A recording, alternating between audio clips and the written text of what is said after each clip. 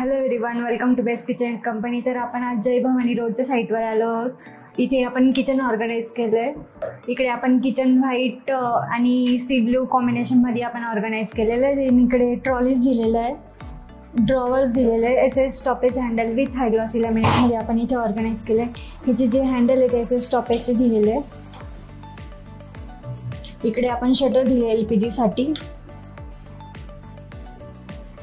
इकडे सिंकच्या खाली आपण शटर ऑर्गनाइज केले, तिथे आपण स्टोअर करू शकतो काय किचनचे मटेरियल्स वगैरे।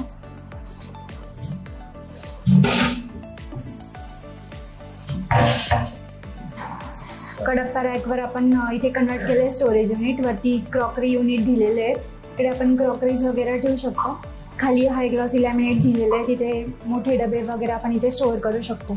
देन इकडे ओपन स्पेस दिलेलं आहे, इथे इलेक्ट्रॉनिक अप्लायन्सेस ठेवू शकतो, जसं मिक्सर ओव्हन वगैरे आपण इथे ठेवू शकतो। आणि इकडे ओपन बॉक्स दिलेला आहे, तिथे किचनचे मटेरियल्स आपण इथे स्टोअर करू शकतो। आणि कडप्पा रॅकला इथं कव्हर केलेलं आहे शटरने, तिथे मोठे डबे वगैरे आपण इथे किचनचे स्टोअर करू शकतो। वरती लॉफ्ट दिलेला आहे,